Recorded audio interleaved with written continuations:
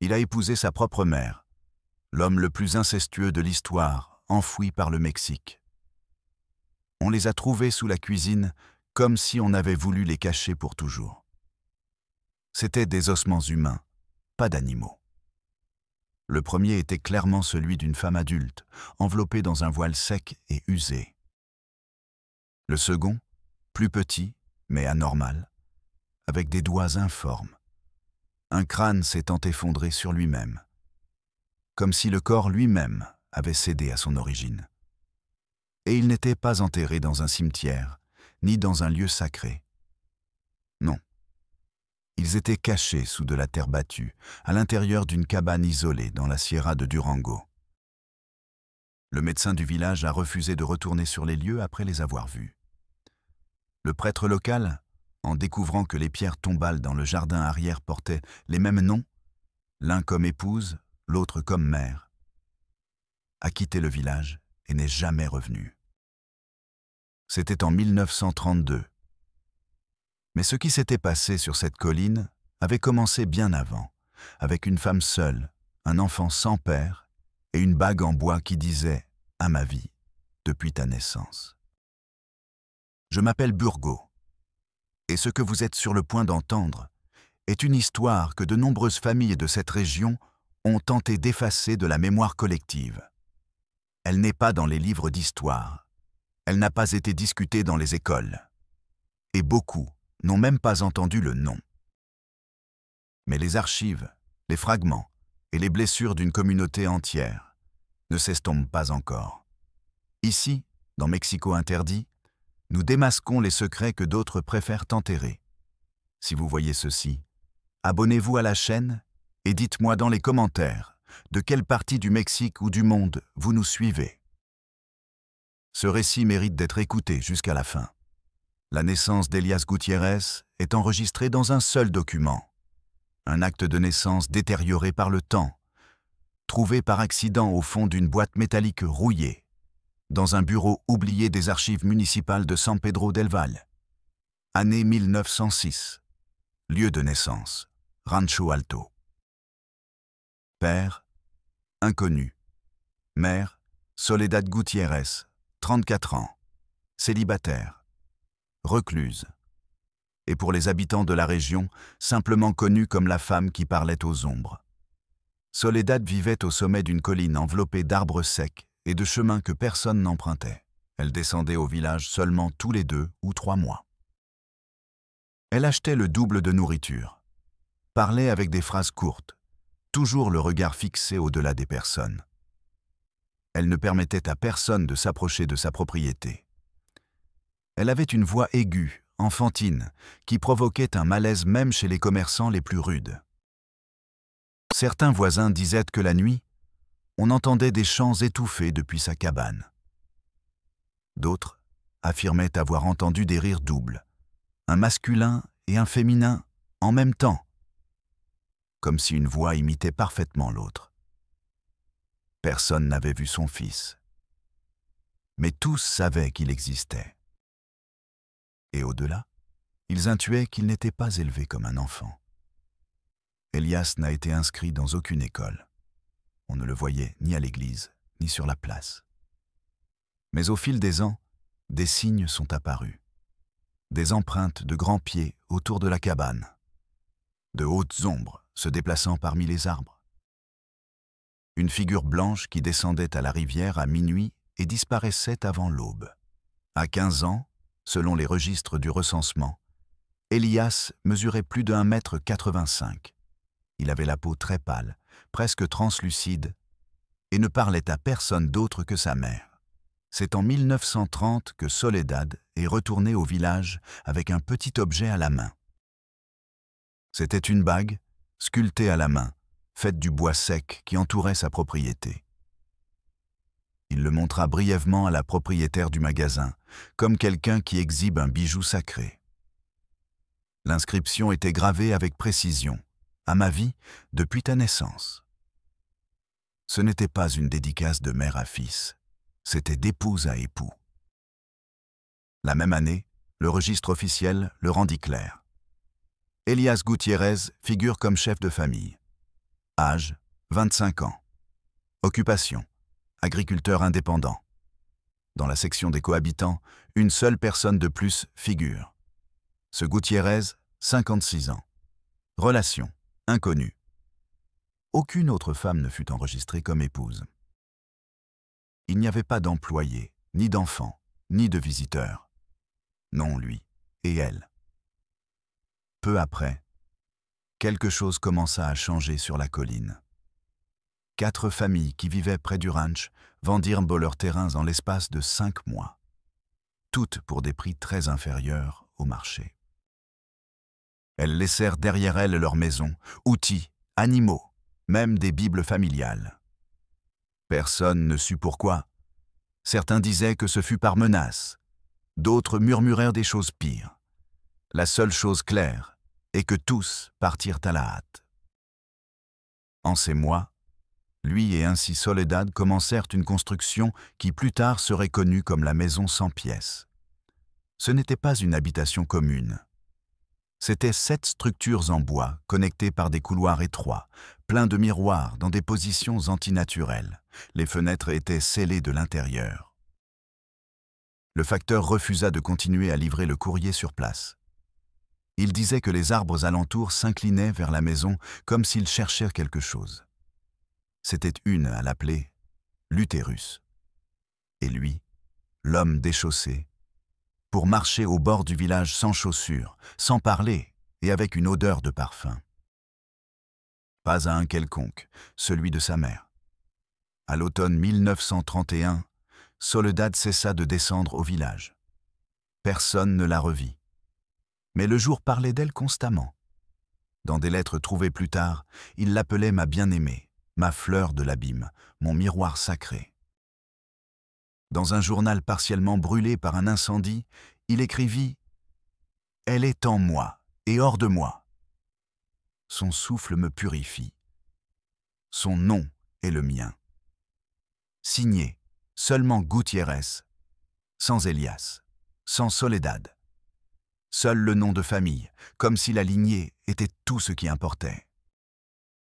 Ce qui vient après, nous le reconstruisons grâce à un médecin légiste de Torreón, le docteur Camilo Ruiz. S'il vit une lettre sans expéditeur, écrite avec de l'encre marron foncé et scellée avec ce qui semblait être une dent humaine. Dans la lettre, il lui était demandé d'accourir à une évaluation de santé urgente sur la propriété Gutiérrez. Le docteur, sceptique mais intrigué, accepta. Ce qu'il trouva cette nuit-là marqua le reste de sa vie. Et il le documenta en fragments dispersés, annotés d'une écriture tremblante.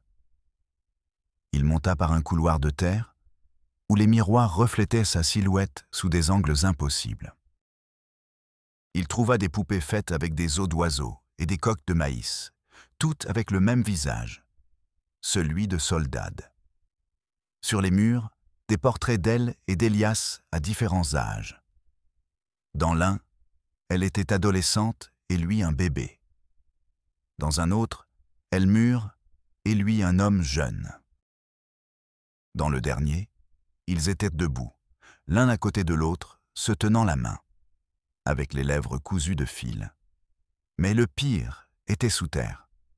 Le sous-sol s'était étendu, transformé en une sorte de chapelle souterraine, avec des poutres carbonisées et de la terre pisonnée. Au centre, un lit. Sur elle, un corps squelettique vêtu de blanc, avec un voile, les mains croisées et un bouquet fané. Sur le mur, peint avec ce que le docteur crut être du sang séché, on lisait « L'épouse revient quand le soleil sera prêt ». Le docteur s'enfuit cette nuit-là. Il ne laissa plus de notes. Il n'a plus jamais parlé publiquement du sujet. Il a seulement dit qu'il avait été témoin d'une union qu'aucun dieu ni homme ne pourrait vaincre. Et ce n'était que le début. Car quand Elias mourut, il ne le fit pas seul. Et ce qu'il laissa derrière lui continue de résonner sous la terre, attendant d'être éveillé. L'incendie a eu lieu le 14 mars 1932, à l'aube sans vent, avec le ciel couvert de nuages bas, qui éteignaient même la lune. Selon les registres du climat, cette semaine-là avait été humide, avec de légères pluies dans la région. Et pourtant, les flammes dévorèrent la propriété Gutiérrez en moins d'1 heure. Les voisins qui restaient encore dans les environs furent réveillés par une sourde explosion, une sorte de tonnerre sec suivi d'une lueur orangée qui coupa l'obscurité de la montagne. Certains coururent, d'autres observèrent de loin, paralysés par la peur. Personne n'essaya d'entrer. Quand les premiers volontaires arrivèrent aux ruines à l'aube, il ne restait plus qu'un squelette calciné de ce qui fut autrefois la maison labyrinthe. L'air était encore chaud, comme si quelque chose de plus y avait brûlé. Le terrain sentait la résine brûlée, le poil roussi et quelque chose de plus. Un arôme doux, presque floral, mais rance, comme un vieux parfum mêlé à de la pourriture. Ce fut le jeune assistant du prêtre qui vit les restes en premier. Ils étaient alignés, presque avec une symétrie rituelle, 3 corps. Le premier était facile à identifier. Malgré les brûlures, les proportions coïncidaient avec celles d'Elias. La colonne était tordue de manière normale, comme si elle s'était repliée sur elle-même, dans un geste de soumission ou de châtiment. Il avait les bras croisés sur la poitrine, et entre les mains, il tenait une tresse de cheveux longs et blancs, intacte malgré le feu. Le deuxième corps gisait plus bas, dans la structure souterraine que le docteur Ruiz avait décrite des semaines auparavant. Elle était allongée sur le même lit rituel, avec les mêmes fleurs séchées entre les mains. C'était Soledad. Sa peau avait été traitée avec un type de résine qui la conserva, et ses yeux étaient couverts de pierres blanches lisses. Une main reposait sur une gousse brûlée par les bords. L'autre serrait une mèche de cheveux noirs. Ce fut le troisième corps qui paralysa les personnes présentes. Petit, de moins d'1,30 m de hauteur, mais avec des proportions adultes. Son visage était effondré, avec les pommettes enfoncées, le front allongé et les dents dans une position irrégulière. Il avait 6 doigts à chaque main et un orifice dans le palais supérieur, qui indiquait de sévères malformations génétiques. Il n'existait aucun registre d'une autre personne vivant là. Personne n'avait vu une femme entrer ou sortir de la propriété. On ne connaissait pas de fils d'Elias.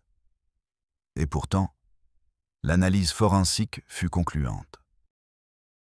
L'os maxillaire inférieur présentait une fracture ancienne, mal guérie, dans la même position exacte que celle qu'Elias avait subie enfant, selon un rapport médical de 1911. La mâchoire coïncidait non seulement en structure, mais en imperfections anatomiques, incisives désalignées, fissures dans l'émail et une courbure unique dans l'arcade dentaire inférieure. Ils n'étaient pas similaires. Ils étaient pratiquement identiques. L'expert ne put donner une explication statistiquement raisonnable. Il a seulement dit que c'était comme si l'enfant avait été son fils, son reflet, ou les deux. L'implication était insupportable. Elias avait eu un fils avec Soledad. Et cet enfant vécut là, dans l'obscurité, entre miroirs et couloirs étroits. Et il mourut dans le même feu qui les consuma tous, mais certains ne le crurent pas ainsi. Dans la semaine suivant l'incendie, des rumeurs circulèrent selon lesquelles Elias avait provoqué le feu lui-même, comme un acte de rédemption ou de désespoir. D'autres disaient que ce furent d'eux les voisins, poussés par une peur ancestrale, qui jetèrent des torches pour purifier la colline, mais quelque chose ne collait pas. Car quelques semaines seulement après, dans un registre paroissial à San José de las Rocas, un village à 30 km de distance, un nouveau nom apparut. Gutiérrez, âge estimé, 7 ans. Condition, orphelin, adopté par le révérend Thomas Cardenas.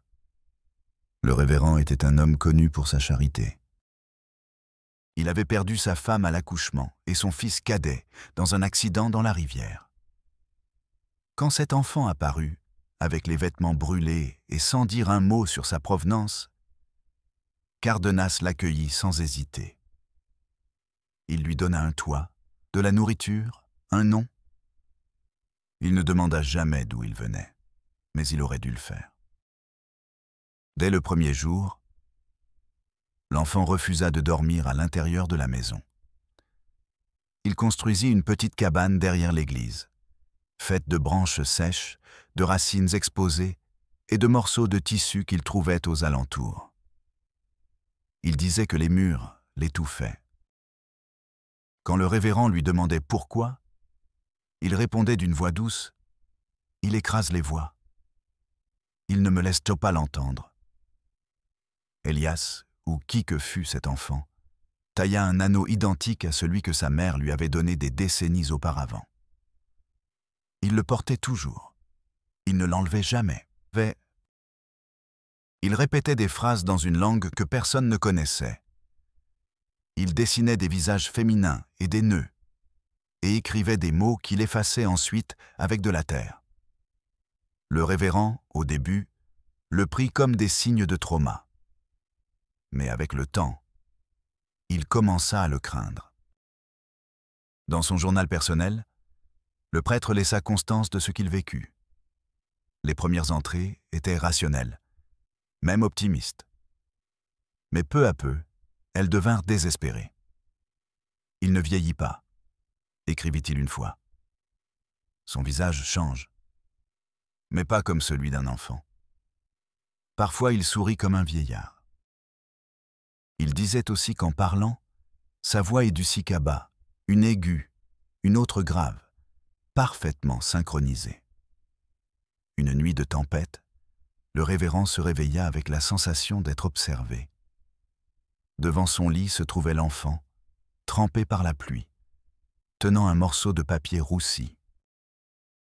La seule phrase lisible disait « La femme revient quand le soleil sera prêt ». 3 jours après, la maison du révérend brûla jusqu'aux fondations. Son corps fut retrouvé au sous-sol, placé dans la même position que celui de Soledad, yeux couverts, mains croisées, bouche cousue avec du fil de lin. Il n'y eut aucun signe de l'enfant. Ni empreinte, ni trace.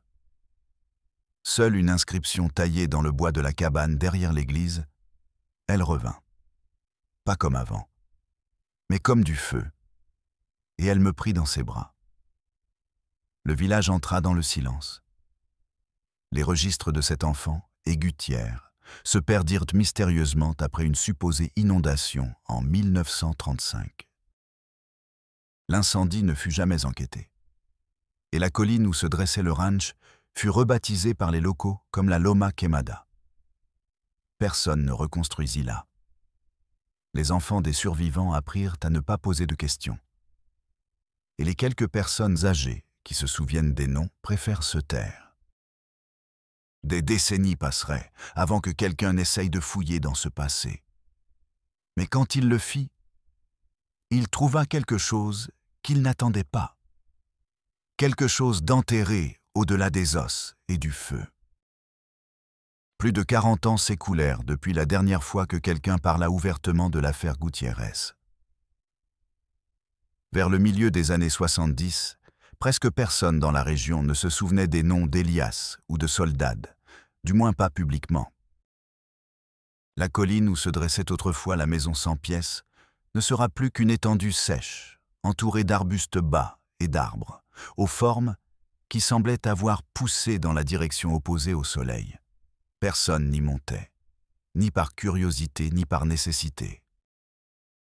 Il y avait une présence là, quelque chose sans nom, que les plus vieux appelaient simplement le mal sous la terre.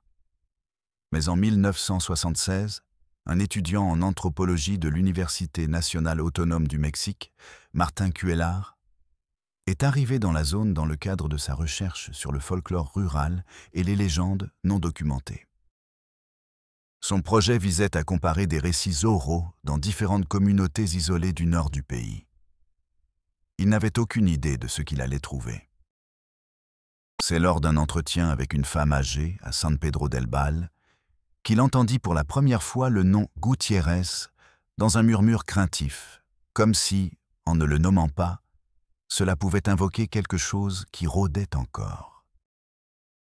Martin nota l'information sans en comprendre l'importance. Mais quelque chose dans la manière dont la femme l'avait dit, la manière dont sa voix avait baissé, le tremblement de ses mains, le poussa à suivre cette piste. Il enquêta sur les archives paroissiales, les actes anciens, même les rapports médicaux du début du siècle. Ce qu'il trouva fut un schéma. Des dizaines de disparitions, des registres de naissance sans mère ni père connus, des incendies dans des propriétés isolées, et un nom qui apparaissait dans des documents distincts, toujours avec des initiales. Par exemple, E. Gutiérrez, même seulement Elias, sans nom de famille. Martin tenta de tracer les événements sur une carte. Chaque événement étrange, chaque disparition ou mort non résolue, semblait former une spirale avec un point commun, la colline où la maison avait été. Au centre de tout, l'endroit où Elias et Soledad avaient vécu était mort et, selon certains, avait laissé quelque chose derrière eux. Mais ce fut une découverte physique qui changea le cours de son enquête pour toujours. En juin 1978, alors qu'il explorait un sentier déjà presque recouvert par les broussailles, Martin trouva ce qu'il crut être un puits couvert de planches pourries. En les retirant, il ne vit pas d'eau, mais un escalier de pierre qui descendait en spirale vers l'obscurité. Préparé seulement avec une lampe de poche et un enregistreur portable, il décida de descendre. Ce qu'il décrivit ensuite dans son journal personnel n'a pas de comparaison dans la littérature anthropologique mexicaine. L'escalier descendait au moins 10 mètres sous terre. Au bout s'ouvrait une pièce circulaire, aux murs lisses et froids, recouverts de miroirs anciens, tous fissurés au centre, mais orientés de telle sorte qu'ils se reflétaient les uns les autres à l'infini. Au centre de la pièce, il y avait une petite chaise en bois, de la taille d'un enfant. Devant elle, peinte en rouge foncé sur le mur, la phrase déjà connue « L'épouse revient quand le soleil sera prêt ». Martin écrivit qu'il sentit une pression sur la poitrine, comme si l'air même le poussait vers l'extérieur. À côté de la chaise, sur le sol en terre battue, il trouva un anneau. Il était en bois sculpté, avec des motifs en spirale et un nom brûlé à l'intérieur, et Gouttière. À cet instant, quelque chose changea. Les lumières commencèrent à clignoter. L'écho de sa respiration se déforma dans les miroirs. Martin sortit en courant, sans prendre plus de notes. Son enregistreur n'enregistra que des pas rapides, une respiration haletante et, à la fin, ce qui ressemble à une voix enfantine répétant un mot que personne n'a pu déchiffrer. Le lendemain, Martin quitta l'hébergement où il résidait. Il ne laissa ni explication, ni avertissement. Sa voiture fut retrouvée 10 plus tard à 5 km du village, avec le moteur éteint, les portes ouvertes et le journal sur le siège du copilote. Le journal, en plus de son récit souterrain, contenait des dessins, 12 portraits, chacun montrant une femme en voile de mariée, sans yeux, avec des cavités sombres remplies de fils ou de cheveux. À ses côtés, un enfant. Sur chaque dessin, l'enfant vieillit. Sur le premier, c'est à peine un nourrisson. Sur le 5e, il a déjà des traits adolescents. Sur le 10e, c'est un jeune homme. Mais elle ne change pas. L'homme est dans la même robe, avec la même posture. Sur le dernier dessin, tous deux se tiennent la main. Il n'y a plus de différence d'âge. Ils sont égaux. Leurs bouches sont cousues, et sur chaque doigt, une bague en bois. Au pied de ce dernier dessin, Martin écrivit d'une écriture tremblante. La ligne ne s'est jamais rompue. Ce n'est plus jamais son pouvoir. Les autorités classèrent sa disparition comme fugue volontaire. Personne ne chercha plus. Le cas fut oublié, archivé, comme tant d'autres qui touchaient le nom Gutiérrez. Mais le journal de Martin ne disparut pas. Son colocataire ne remit pas des années plus tard à un enquêteur privé, qui le transmit à un journaliste de faits divers. Et de là, il parvint aux mains d'une professeure d'histoire qui, par peur, le rangea dans un coffre-fort de son université, jusqu'à ce que quelqu'un l'ouvrît, et l'histoire recommença à respirer. Une décennie plus tard, en 1991, un géomètre du gouvernement fédéral nommé Luis Penagos fut assigné à un projet de réaménagement territorial dans des zones rurales de Durango. Sa tâche était simple: documenter les limites, établir des plans et mettre à jour les cartes pour un projet d'électrification. Il était méthodique, obsessionnel avec les détails. Il n'avait aucun intérêt pour les légendes. Mais un après-midi, en examinant de vieux plans, il remarqua qu'il y avait un point blanc. Un terrain sans enregistrement, sans propriétaire, sans nom. Terrain Valdio non exploitable, disait une annotation manuscrite à l'encre bleue. Curieux, il décida de le visiter. Il monta seul sur la colline, avec une caméra, un carnet, une lampe de poche, une corde et un pistolet qu'il portait par précaution.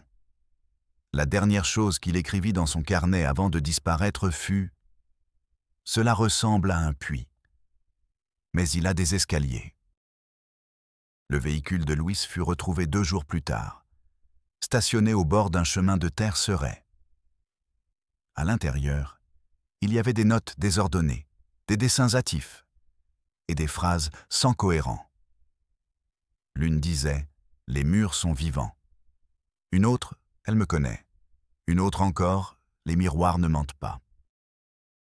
Sa lampe de poche fut trouvée à 5 km du lieu, avec les piles intactes. Le pistolet apparut dans un ruisseau proche, oxydé mais chargé. De lui, il n'y eut aucune trace. Les habitants refermèrent l'accès à la colline, recellèrent le puits et se turent de nouveau. Mais de temps en temps, par nuit sans vent, quelqu'un affirme avoir entendu un murmure qui s'élève dessous la terre. Ce n'est pas un cri, ce n'est pas un chant, c'est un dialogue. 2 pauses, une masculine, une féminine, répétant le même nom, encore et encore, comme s'ils appelaient celui qui n'ont pas encore été. Car peut-être, l'histoire ne s'est pas terminée. Elle attend seulement. En 1994, 62 ans après l'incendie original, un groupe de jeunes randonneurs de Monterrey dévia de sa route habituelle par erreur alors qu'ils cherchaient une zone de grotte près de la Sierra de Topia. Ils étaient 5. 3 hommes et 2 femmes, étudiants en biologie. L'un d'eux, José Eduardo Sandoval, emportait avec lui un vieil appareil photo analogique. Les photos qu'il a prises ce jour-là n'ont jamais été développées par lui. Elles n'ont été connues que parce que des semaines plus tard, un chevrier a trouvé le sac à dos du jeune homme à moitié enterré dans une zone boueuse. À l'intérieur se trouvait son carnet de terrain, une boussole cassée, une gourde et le rouleau photographique. Les notes dans le carnet étaient éparses, mais une entrée se démarquait. Nous avons trouvé un endroit étrange. Il n'est pas sur les cartes. Arbre tordu, silence absolu. Il y a un puits couvert de vieilles branches. Un des garçons, Armando, veut descendre. Pas moi. Ce n'est pas bien. Ce fut sa dernière annotation. 2 jours plus tard, sa disparition a été signalée. Les autorités locales ont lancé une recherche aérienne et terrestre qui a duré près de 10 jours. Ils n'ont trouvé que 2 corps, sans signe de violence, mais avec une étrange rigidité musculaire. Ils semblaient s'être pétrifiés en position de défense. Les 3 autres membres du groupe n'ont jamais été retrouvés. La zone a été signalée comme étant d'accès restreint en raison d'un risque géologique, bien que les rapports officiels n'aient pas précisé quels étaient ces risques. Il n'y a pas eu de conférence de presse. Il n'y a pas eu d'explication. Un des sauveteurs qui a participé à l'opération, aujourd'hui à la retraite, a raconté des années plus tard que quelque chose dans cet endroit l'avait marqué pour toujours. Je crois que les arbres ne bougeaient pas avec le vent, que les boussoles tournaient sans direction et qu'à l'entrée du puits, ils ont trouvé gravée une date récente. 3 mars 1994. Juste un jour avant la disparition des étudiants. Et en dessous, gravé avec ce qui semblait être un ongle, elle ne dort pas. Depuis lors, l'histoire est passée de bouche à oreille, nourrissant la légende. En 1999, quelque chose de plus est arrivé. Quelque chose qui a fait que même les sceptiques ont commencé à croire que sur cette colline, il n'y avait pas seulement de la mémoire, mais une présence. Une famille récemment arrivée de Chihuahua, les Morales, a décidé de construire sa maison près de l'ancien terrain Gutiérrez. Ils avaient acheté le lot à bas prix, sans savoir, ou du moins c'est ce qu'ils disaient, rien de son histoire. Ils ont construit une maison modeste, de plein pied, avec des murs en adobe et un toit en tôle. Pendant les premiers mois, tout s'est déroulé dans une relative normalité. Mais bientôt, les incidents ont commencé. Au début, c'était des choses mineures. Des pas la nuit, des portes qui s'ouvraient toutes seules, des ombres qui bougeaient derrière les fenêtres sans que personne ne soit là. Ensuite, la fille cadette, Ximena, âgée de 6 ans, a commencé à parler seule. Elle disait qu'elle jouait avec une dame qui portait une longue robe blanche et qui lui chantait des chansons d'autrefois. La mère a pensé que c'était de l'imagination enfantine. Jusqu'à ce que la petite fille commence à répéter des mots qu'il ne connaissait pas, des mots qui ne semblaient même pas espagnols. Un jour, la mère l'a trouvée en train de graver avec un couteau la phrase « Quand le soleil sera prêt » sur le mur de sa chambre. Ils ont appelé un prêtre, le père Angel Ruiz, qui était connu pour son caractère pragmatique et peu enclin au drame. Il a visité la maison avec l'intention de rassurer la famille. Quelque chose avec la petite fille. Il a parcouru la propriété et en descendant au sous-sol, à peine une petite cave, il était resté immobile pendant plusieurs minutes, comme si quelque chose l'avait paralysé. En sortant, son visage était pâle et ses lèvres serrées. Il a dit qu'il ne pouvait pas aider, qu'il était vraiment désolé, mais qu'il ne reviendrait pas. Le lendemain, il a démissionné de la paroisse et a déménagé sans dire au revoir. La famille Morales n'a pas duré beaucoup plus longtemps sur place. Une nuit, sans explication, ils ont quitté la maison avec ce qu'ils portaient. Ils ont abandonné les appareils électroménagers, les meubles, les documents. On n'a plus jamais eu de leurs nouvelles. La maison est restée vide. Et des mois plus tard, hélas, a été dévorée par un incendie. En 2005, un journaliste d'investigation de Mexico, Joaquín Baeza, a eu connaissance de l'affaire par une connaissance du parquet. Poussé par le mystère et par une carrière qui commençait déjà à décliner, il a décidé de se rendre sur les lieux. Il a passé des semaines à interroger les habitants des villages voisins. La plupart n'a pas voulu parler.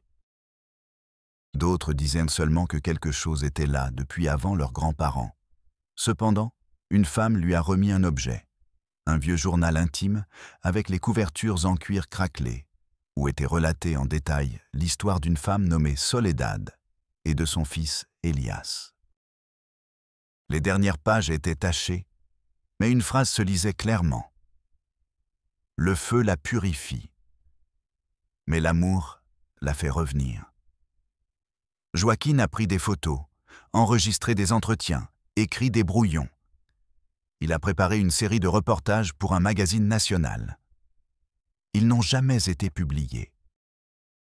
Le journaliste a disparu en avril de cette même année, lors d'un voyage de vérification sur le terrain.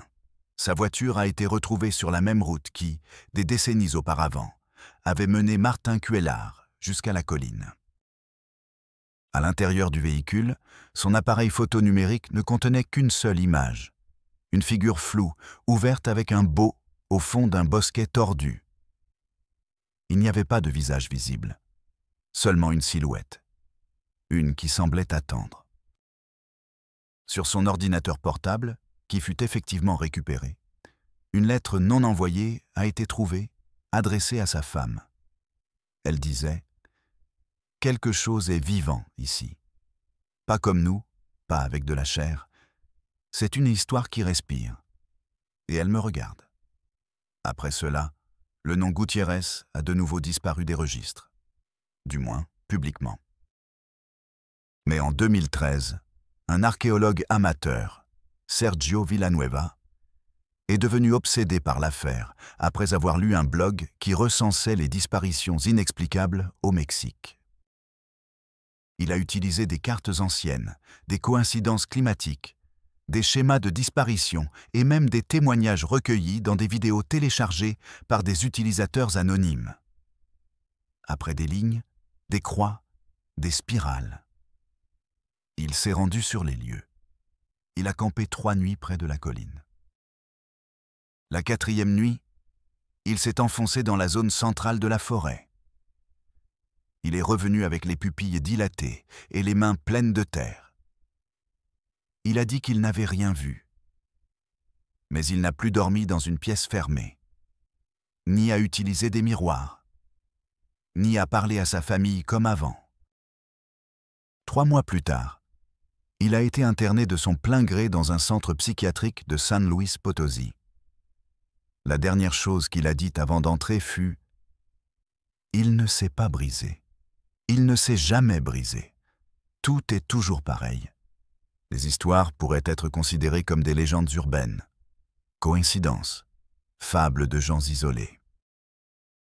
Mais la preuve continue d'apparaître.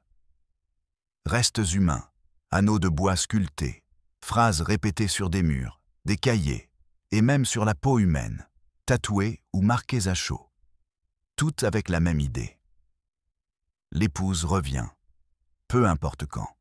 Elle attend seulement que le soleil soit prêt. Et quand elle reviendra, personne ne pourra dire qu'il n'a pas été averti. Le nom Gutiérrez a été supprimé de tous les registres officiels de la région de San Pedro del Valle à un moment donné entre 2014 et 2016. Personne ne sait qui n'a pas ordonné ni dans quel but. Des archives complètes ont disparu des notariats ruraux, des paroisses et même des recensements municipaux. Ceux qui ont tenté de retracer la généalogie des Gutiérrez, que ce soit par curiosité, par preuve ou par recherche académique, se sont heurtés à un vide administratif inexplicable.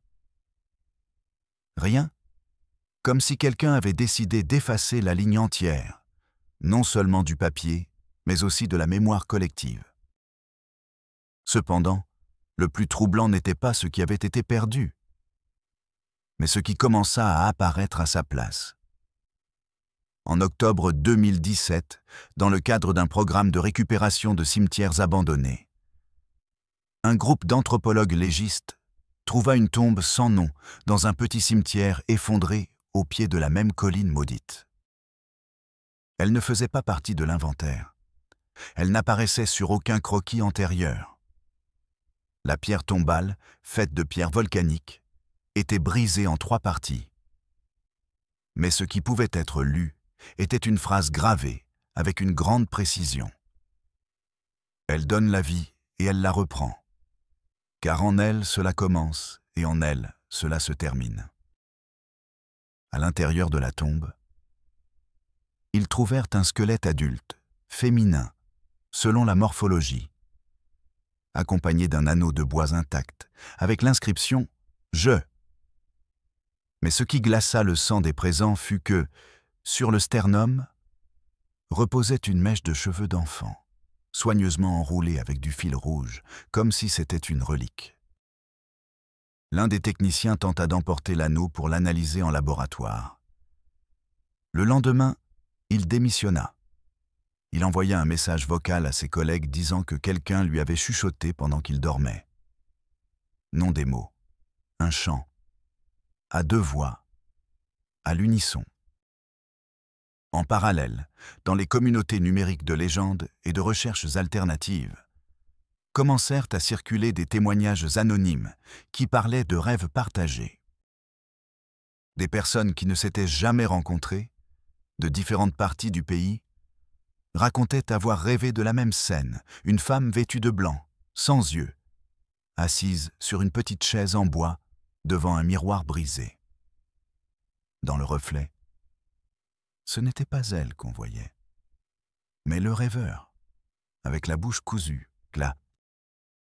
Dans l'un de ces forums, un utilisateur qui signait comme Edge Iombajo 79 commença à publier une série de récits fragmentés qui semblaient coïncider avec les événements survenus dans la Sierra.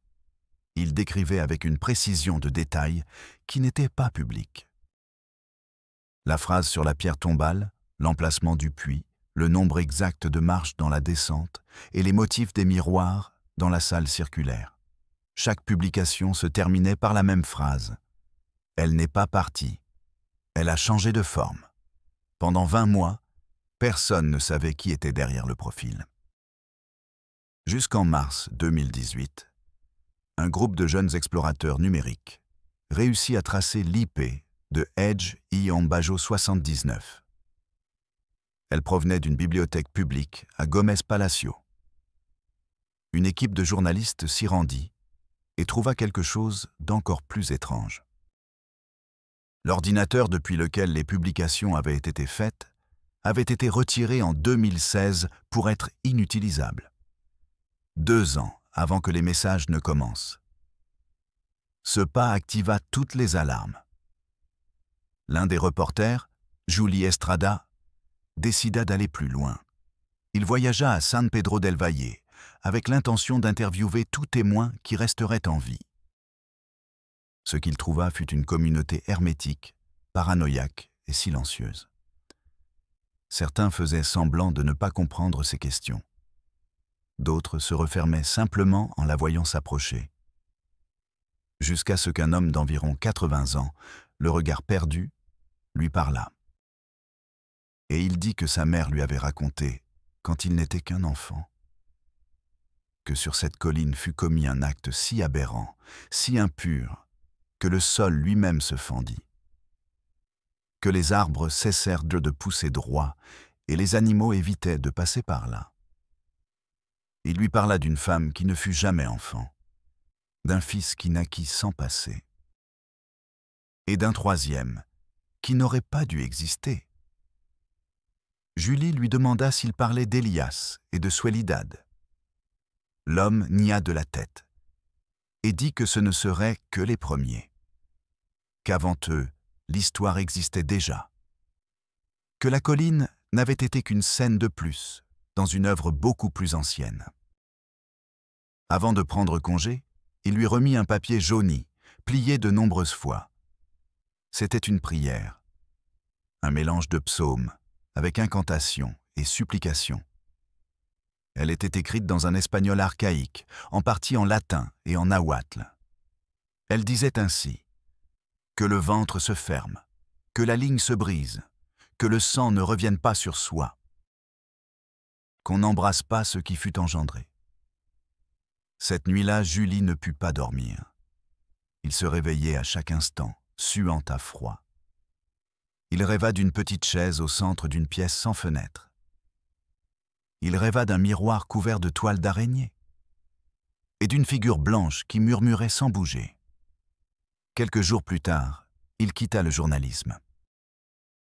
Mais il envoya tout son matériel à un chercheur de l'UNAM, le docteur Victor Aguilar, expert en récits ancestraux et cosmovision concrète. Au début, il pensa qu'il s'agissait d'une invention de plus de la culture populaire. Jusqu'à ce qu'il comparât les symboles trouvés dans le puits avec des pétroglyphes mésoaméricains qui représentaient l'éternité en spirale, et trouva des coïncidences. Selon son analyse, les événements enregistrés sur la colline de San Pedro del Valle correspondaient à un modèle rituel d'inversion du temps. Un récit dans lequel l'origine et la fin ne sont pas séparés par une ligne, mais unis en un cercle.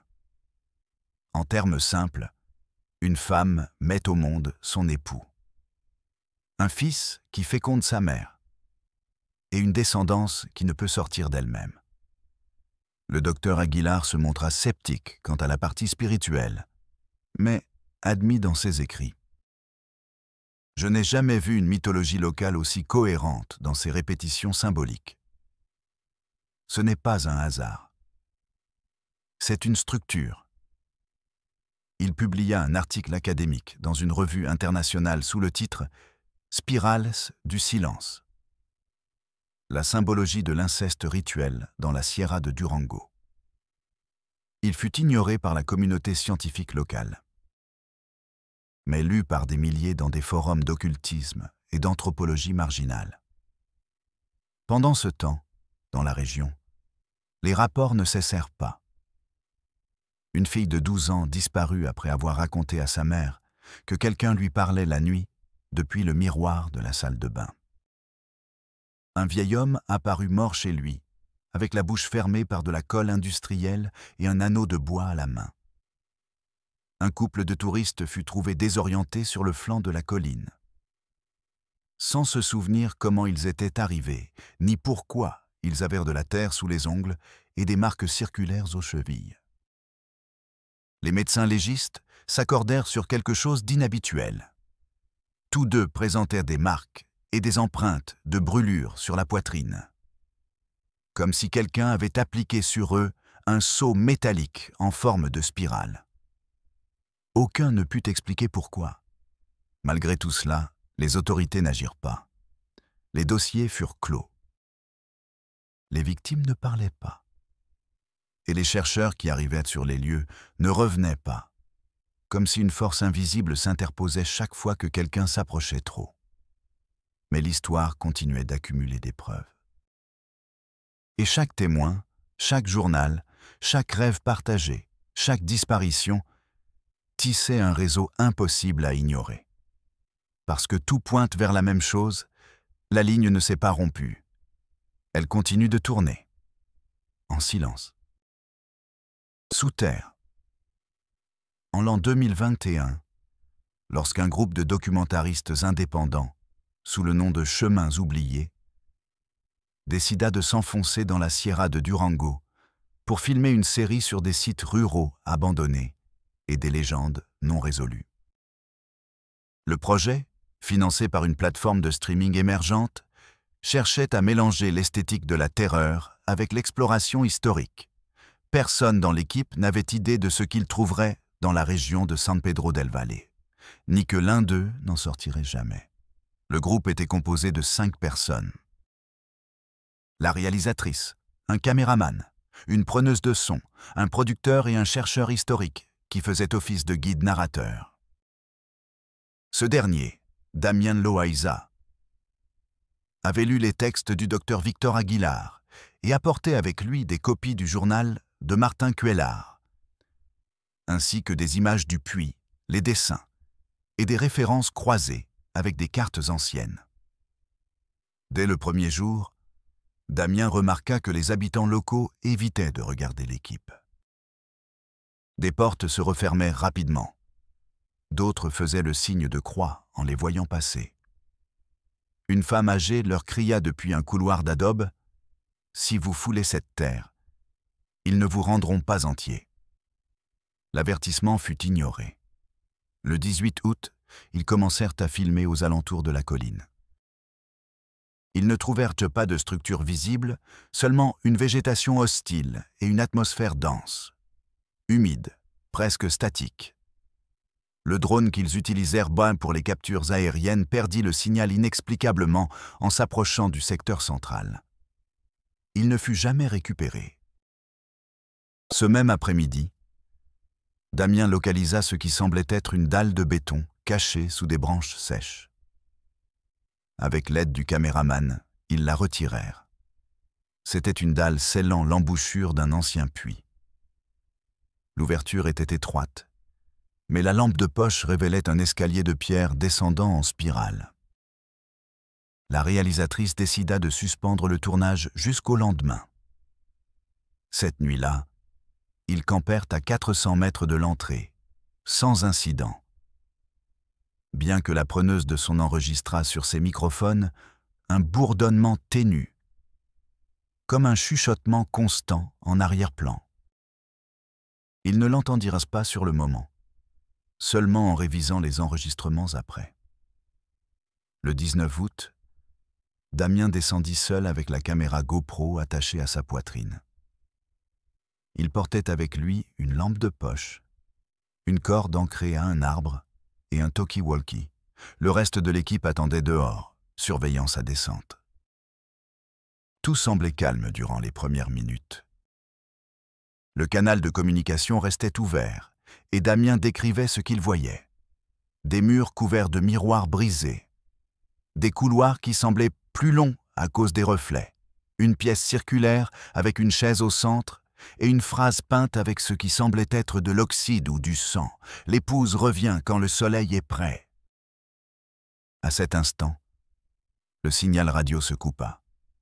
Ce qui s'entend dans le fichier sont 14 secondes de statique, suivi d'un gémissement grave et d'une phrase à peine audible, dite d'une voix double, masculine et féminine, superposée, comme si l'une imitait l'autre. Il est déjà venu. Il a toujours été là. Le producteur tenta de tirer sur la corde, mais elle était tendue, immobile. Ils descendirent immédiatement. Il n'y avait personne. Seulement la caméra et un anneau en bois sur le siège de pierre. La vidéo capturée par la GoPro montre Damien entrant dans la pièce circulaire. Il s'arrête devant la phrase peinte. Puis, quelque chose se passe dans le miroir. Son reflet cesse de le suivre. Il reste immobile tandis qu'il tourne la tête. Et ensuite, il sourit. Mais ce n'est pas Damien qui sourit sur l'image.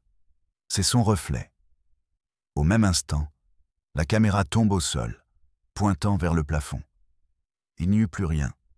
L'équipe a quitté les lieux ce même après-midi. La réalisatrice a été hospitalisée pour un état d'anxiété sévère. L'ingénieur du son a quitté le pays. Le producteur a vendu tout le matériel au plus offrant et a disparu du milieu. La vidéo n'a pas été officiellement publiée, mais des fragments ont commencé à circuler sur des forums fermés. L'anneau trouvé a été remis anonymement à un laboratoire d'antiquités à Guadalajara. Selon les analyses, il était sculpté dans du bois de mesquite vieille, daté d'entre 1910 et 1920. À l'intérieur, gravée au feu, apparaissait une lettre E et une G entrelacées par une spirale inversée. L'un des anthropologues qui a examiné l'objet a écrit dans son rapport confidentiel: « Ce n'est pas un bijou, c'est un symbole d'appartenance, comme si un pacte avait été scellé entre deux êtres qui n'auraient pas dû être un couple. C'est plus ancien que toute histoire qui ait été écrite sur eux. » Cette même année, une série de photographies ont commencé à apparaître sur les réseaux sociaux sans signature, sans contexte. Toutes montraient des arbres de forme, des miroirs brisés dans la forêt, des fragments de murs enterrés. Sur l'une d'elles se distinguait clairement la silhouette d'une femme de dos, vêtue d'une longue robe blanche, devant une chaise d'enfant. La métadonnée de l'image indiquait qu'elle avait été prise avec un téléphone portable, à 33 heures du matin, dans une zone sans couverture réseau. Le nom du fichier, au lieu d'un code automatique, était simplement « l'épouse ». Les spécialistes en analyse numérique n'ont trouvé aucune preuve de manipulation. L'image était brute, réelle, mais montrait quelque chose d'impossible. La silhouette ne projetait pas d'ombre. Plus tard la même année, en novembre, une famille de constructeurs qui exploraient des terrains pour ériger un complexe touristique aux alentours de la zone a trouvé ce qui semblait être un réseau de tunnels effondrés sous terre. En déplaçant une partie des décombres, ils ont trouvé plusieurs fragments de céramique avec des inscriptions qui mélangeaient l'espagnol colonial, le nahuatl, et des symboles qui n'ont pas encore pu être identifiés. L'un des ouvriers, en touchant l'une des pièces, a subi un effondrement nerveux et a commencé à parler dans une langue incompréhensible, avec 2 voix en même temps. Il a été transféré dans un hôpital psychiatrique où il demeure encore. Pendant ses premiers jours d'internement, il écrivait compulsivement sur les murs de sa chambre avec le sang du bout de ses doigts. La seule chose lisible, répétée plus de 100 fois, était « Elle est en moi » et moi en elle. À ce moment-là, les autorités étatiques ont décidé de sceller tout le périmètre de la colline, invoquant des raisons de conservation environnementale. Ils ont placé des clôtures, une surveillance nocturne et des panneaux d'avertissement. Mais ce ne fut pas suffisant. Des témoins affirment avoir vu des lumières se déplaçant entre les arbres aux heures tardives de la nuit. Certains assurent avoir entendu des chants doux, comme une berceuse, avec des voix qui semblent venir de sous le sol. Certains, même, racontent avoir été suivis par une figure féminine qui disparaît en tournant la tête. Tous les témoignages coïncident sur un détail perturbant. Elle ne marche pas, elle flotte, mais elle laisse des empreintes. En janvier 2022, une chercheuse suédoise en mythologie des cultes fermés, Ingrid Armstrong, a voyagé au Mexique attirée par le modèle symbolique des Gutiérrez. Sa spécialité était les cultes d'éternité familiale, ces systèmes fermés où le temps, le sang et l'identité s'entrelacent jusqu'à devenir indiscernables. Après des mois d'études, il a conclu que l'affaire Gutiérrez n'était pas simplement une anomalie sociologique, ni un fait isolé de dégénérescence génétique, mais la manifestation culturelle d'un cycle fermé, presque religieux, dans lequel la figure féminine agit comme origine, destin et gardienne de la continuité absolue. Selon ces mots, l'épouse, la mère et la fille sont la même. Le fils, l'époux et le père aussi. Il n'y a ni passé ni futur. Seulement un présent qui tourne éternellement, une spirale qui ne s'ouvre jamais, un ventre qui ne lâche pas. Cette spirale, cette prison symbolique, semble s'être matérialisée sur la colline de San Pedro del Valle. Et tout indique qu'elle est toujours active. Le plus inquiétant n'est pas ce qui s'est passé, c'est ce qui est sur le point d'arriver. Parce que certains écrivent que l'épouse, la femme qui n'aurait jamais dû aimer ni enfanter, non seulement revient quand le soleil est prêt, mais que cette fois, elle ne compte pas partir. En mars 2023, la disparition d'une jeune femme nommée Abril Mendoza a déclenché ce que beaucoup considèrent comme l'événement le plus grave lié à l'affaire Gutiérrez, depuis l'incendie original de 1932. Abril avait 17 ans, lycéenne, habitante de la municipalité de Tepehuans, à seulement 30 km de la colline interdite.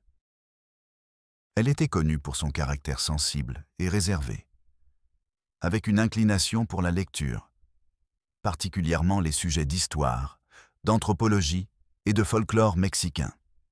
Selon sa mère, elle était obsédée depuis des mois par les symboles de la spirale et par une série de documents anciens qu'elle avait téléchargés d'Internet sans permission. Le jour de sa disparition, elle avait manqué les cours en prétextant se sentir mal. Son téléphone était resté à la maison. Son ordinateur portable a été trouvé allumé, avec l'écran affichant l'image d'un anneau de bois avec les initiales Edge, la même qui était apparue des décennies auparavant dans les rapports non officiels de l'affaire. À côté du clavier, il y avait une feuille arrachée de son carnet personnel avec une phrase écrite à la main. « Elle m'appelle. Elle dit que je suis prête. » La recherche a commencé rapidement. Une opération coordonnée entre la police d'État, la protection civile et des brigades de volontaires a été déployée. Abril n'avait pas d'antécédent de fugue ni d'historique clinique qui suggérerait une crise. La seule chose qu'on savait avec certitude était que quelqu'un l'avait vu marcher, seul, en direction de la montagne, à la hauteur du vieux chemin Madero qui entoure la colline maudite. Elle portait une blouse blanche, un pantalon foncé, et transportait ce qui semblait être un petit sac en cuir. 72 heures se sont écoulées sans trace. Ce n'est qu'à l'aube du 4e jour qu'un hélicoptère de recherche a détecté un reflet étrange dans une zone boisée près de la colline, près d'eux. Lorsqu'ils se sont approchés, ils ont découvert une structure en bois qui ne figurait sur aucune carte. Ce n'était pas une maison, ni un abri. C'était une sorte de chapelle circulaire, sans toit, avec des murs bas, et au centre une petite chaise sculptée, recouverte d'un tissu blanc qui bougeait au vent. Il n'y avait aucun signe d'Abril. Sur le dossier de la chaise, sculpté avec précision, on pouvait lire « La nouvelle épouse a déjà entendu son nom. » Les équipes de sauvetage ont marqué la zone et l'ont encerclée. Ils ont pris des photographies, des relevés, et ont informé le gouvernement de l'État. Cette même nuit, inexplicablement, la structure a été consumée par un incendie. Il n'y avait personne à proximité. Aucune trace de combustible ni d'indice que quelqu'un aurait provoqué le feu n'ont été trouvés. Les cendres, des restes de tissu calciné et une croix en bois brûlé, encore chaude, avec un nom gravé à la main. Abril Gutiérrez Mendoza. Ce fut la première fois que fut enregistré, dans des documents officiels, le nom de famille Gutiérrez uni à quelqu'un né en dehors de la ligne directe originale. Des jours plus tard, un journaliste local appelé Marcos Padilla réussit à interviewer la mère d'Abril. Ce qu'elle raconta bouleversa même les plus sceptiques. Elle dit que des semaines avant sa disparition, sa fille commença à avoir des rêves récurrents. Dans ceux-ci apparaissait une femme âgée, avec un voile qui lui couvrait le visage et qui lui parlait depuis un miroir. Elle disait s'appeler Soledad, et elle lui répétait toujours la même phrase « Ton sang est mon miroir. Ton bien, tes mieko. » La jeune femme commença à parler en dormant. Elle murmurait des prières dans une langue que personne dans la maison ne comprenait. Une nuit, sa mère la trouva debout devant le miroir de la salle de bain, les yeux ouverts et le regard perdu. Ses lèvres bougeaient, mais aucun son ne sortait. Quand elle réussit à la réveiller, Abril s'évanouit. Depuis lors, elle devint plus retirée. Elle cessa de manger avec la famille. Elle enfermait sa chambre de l'intérieur. Et elle commença à écrire des symboles sur les murs. Spirales, noms inversés, dessins de figures humaines se tenant la main avec les lèvres cousues. Ce que la mère ne savait pas, et qui fut découvert après, était qu'Abril avait été en contact avec un réseau clandestin en ligne, un forum fermé où étaient partagés des fragments de textes attribués aux enfants du retour. Une supposée secte sans chef ni structure fixe, dont les membres croyaient au renouveau spirituel à travers le retour à un lineage original, antérieur à la morale, à la loi et au temps. Dans ce forum, Abril participait sous le pseudonyme Sol Dionba Honachida. Son dernier message disait « Elle m'a montré l'arbre de l'intérieur. Le fruit est le père. Les racines, le fils. L'épouse attend dans la graine. Je suis prête. » Ce forum disparut des réseaux après. Non par action des autorités, mais par ce qui sembla être un effondrement volontaire. Tous les comptes furent tués et supprimés. Les publications effacées.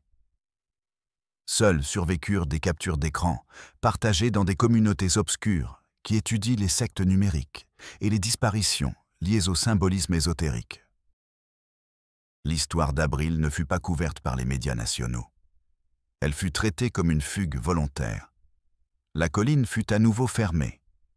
Mais dans les semaines suivantes, 2 adolescents de plus disparurent dans des municipalités voisines. Les 2 avaient eu contact avec Avril par les réseaux sociaux. Les 2 avaient montré de l'intérêt pour les légendes du puits et de la figure féminine en blanc. Les 2 furent vus pour la dernière fois marchant vers des zones montagneuses sans signal de téléphone portable. L'un d'eux, Diego Cárdenas, laissa une note écrite à l'encre rouge sur son lit. Elle me montra son visage. C'était le mien.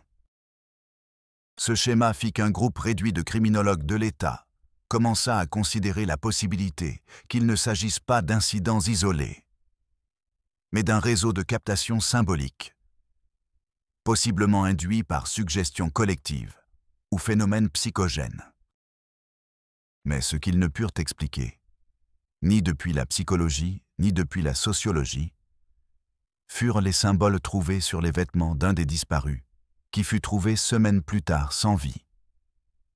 Le corps intact, mais avec la langue cousue à l'intérieur de la bouche.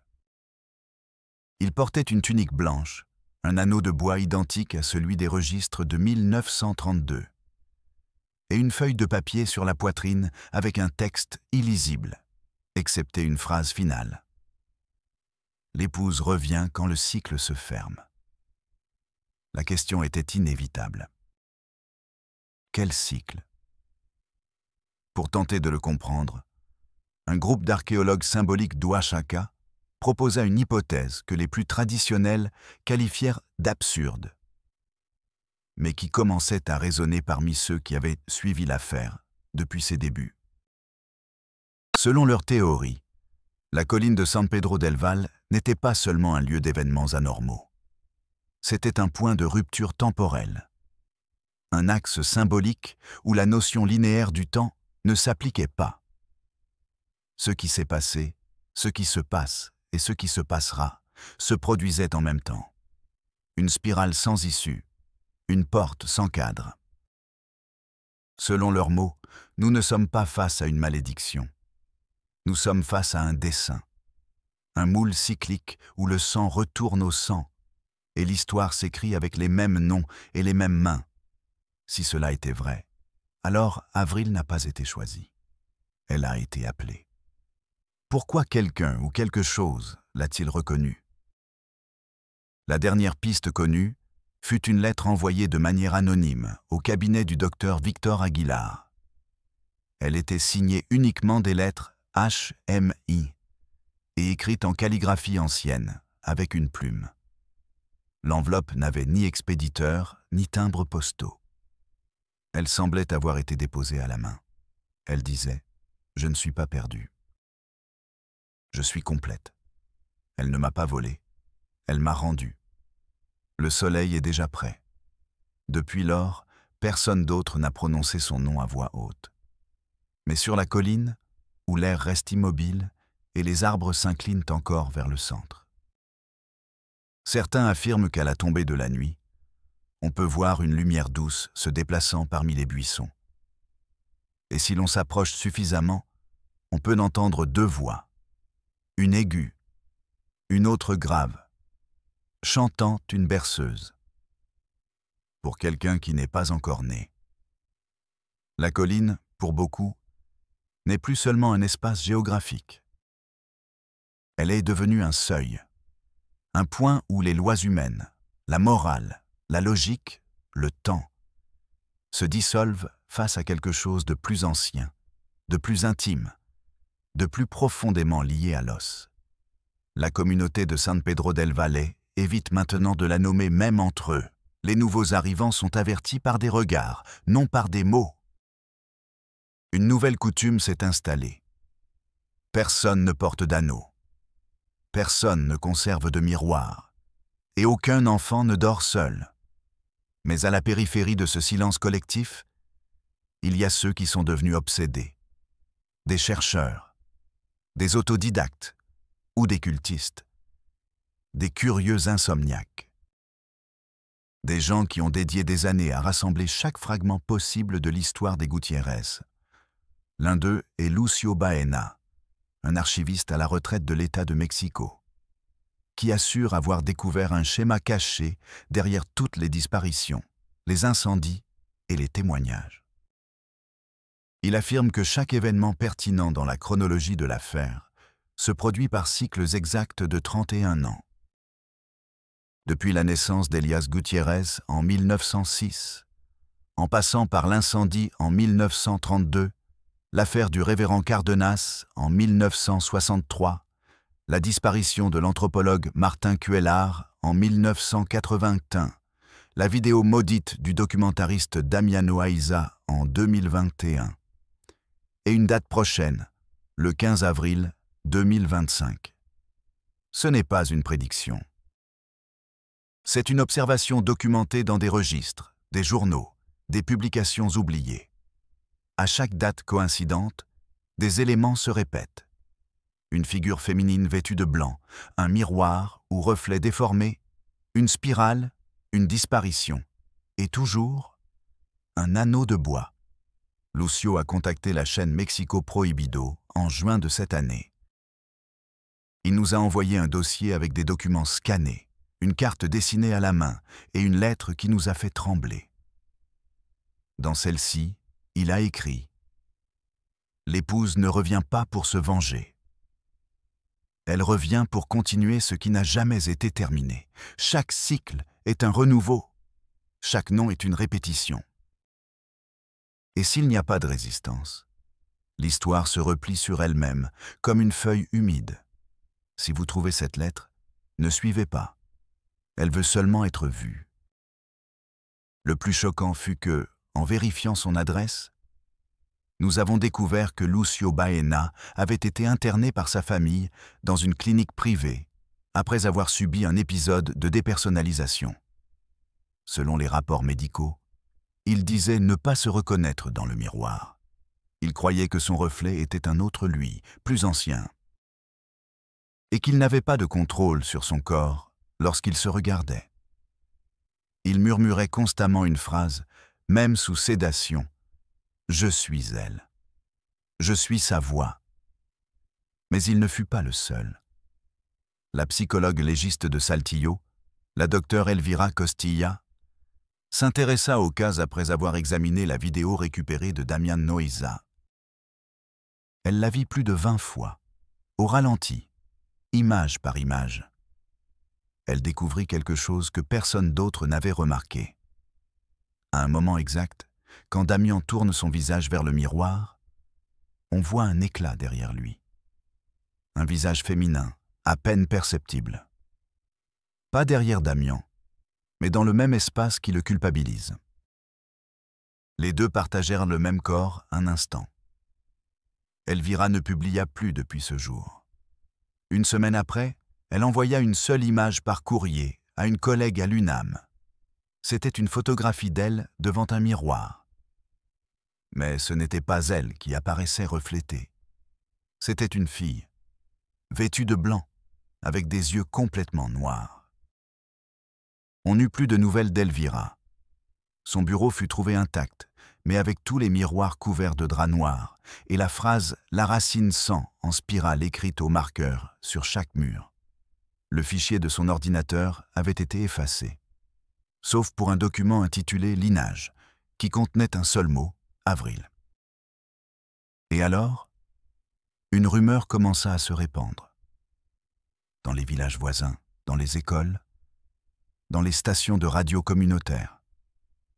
On disait que les nuits de nouvelle lune, une figure marchait sur la vieille route qui mène à l'ancien accès à la colline. Elle portait une robe blanche, elle marchait pieds nus. Elle tenait quelque chose dans la main, comme une poupée, et en passant, les chiens ne l'aboyaient pas. Ils se blottissaient. Certains même gémissaient, comme s'ils reconnaissaient en elle quelque chose de profondément familier. Un camionneur dit l'avoir vue de face. Il dit qu'elle lui fit signe pour lui demander de l'aide. Que quand il s'approcha avec la lampe de poche, son visage changea, non par difformité, mais par répétition. Elle parla avec les yeux de sa mère. Il dit que le visage de la femme était le même que celui de sa mère, le jour de son enterrement. Et qu'en la voyant, il sentit que c'était lui-même qui était mort.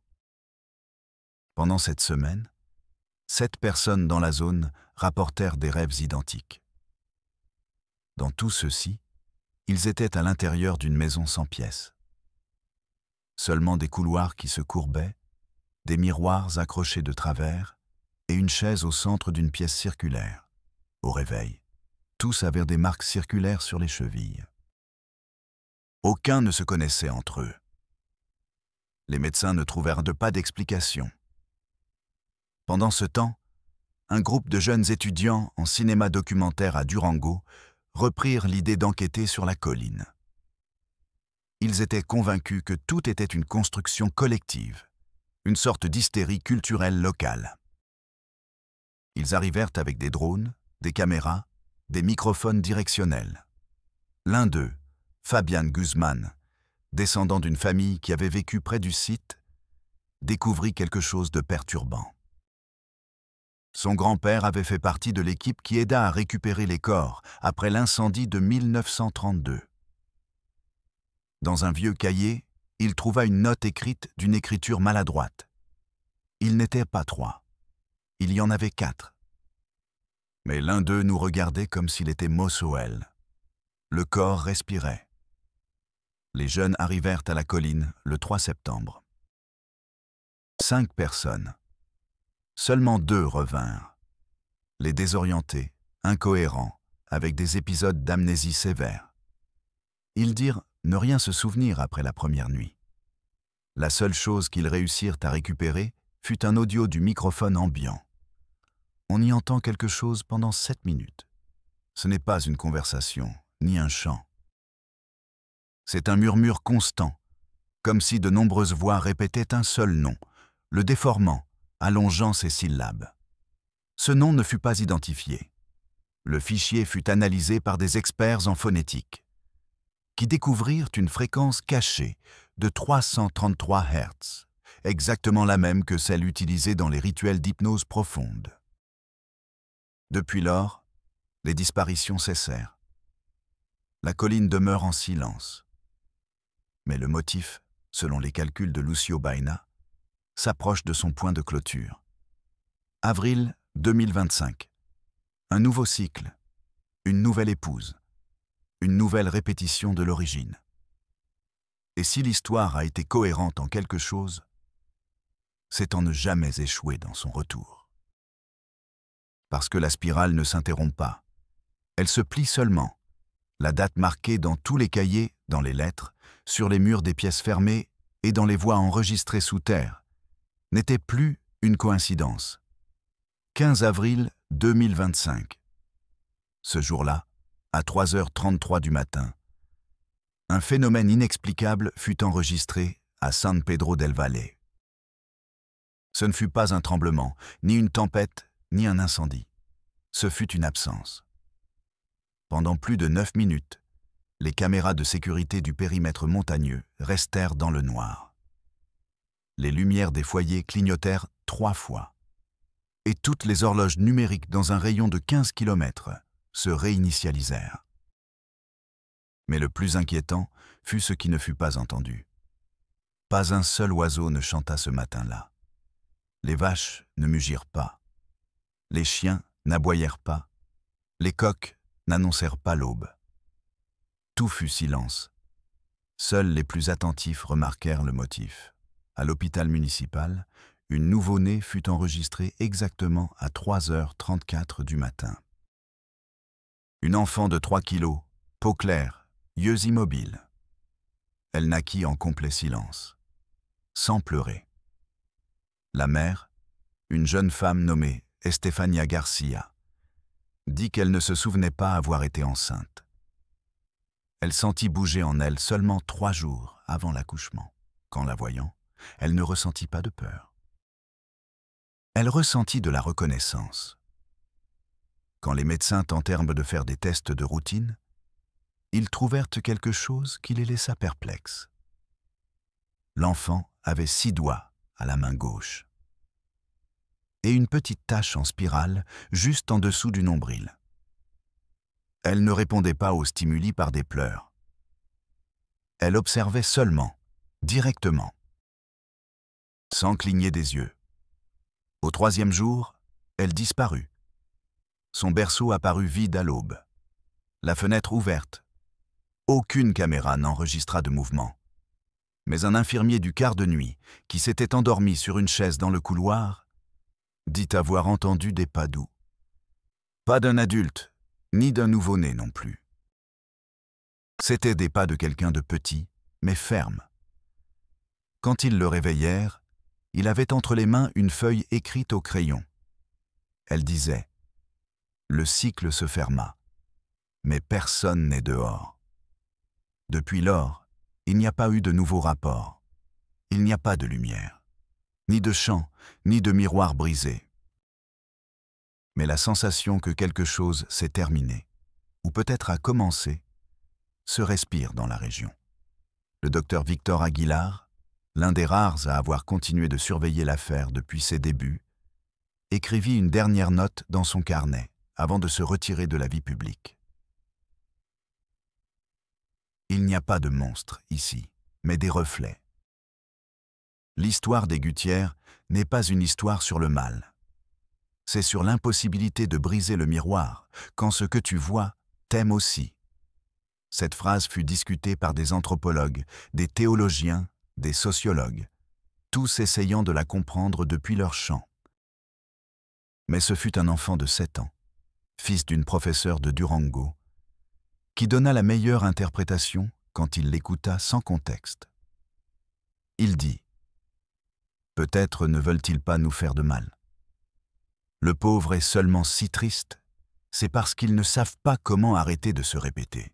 Peut-être avait-il raison. » Au long de plus d'un siècle, ce qui semblait un cas isolé d'inceste extrême se transforma en un réseau symbolique et émotionnel qui révéla bien plus sur la peur collective.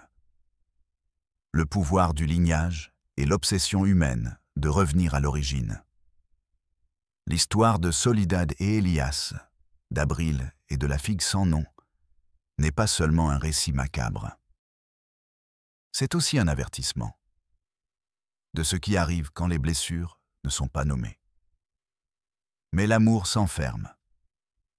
Quand le temps ne va pas de l'avant, peut-être la spirale ne s'est-elle nourrie que de silence. Peut-être n'est-il pas trop tard pour parler. Et maintenant que tu connais cette histoire, ne l'ignore pas. Ne la réduis pas à un mythe. Ne l'enterre pas sentimentalement comme si c'était un rêve inconfortable. Car s'il y a quelque chose que nous avons appris ici, c'est que ce qui est enterré ne disparaît jamais. Il attend seulement sous la terre le moment exact pour respirer à nouveau. Merci d'être arrivé jusqu'à la fin. Si cette histoire t'a fait penser, si quelque chose en elle t'a remué, nous t'invitons à t'abonner à Mexico Prohibido. Ici, nous partageons les récits que beaucoup préfèrent oublier, non pas pour semer la peur, mais pour récupérer la vérité. Commente en bas de quelle partie du Mexique ou du monde tu nous vois. Ta voix fait aussi partie de ce réseau de mémoire qui refuse de se briser. Et souviens-toi, certains miroirs ne renvoient pas seulement ton reflet. Parfois, ils renvoient l'histoire que tu as déjà vécue et qui est sur le point de se répéter.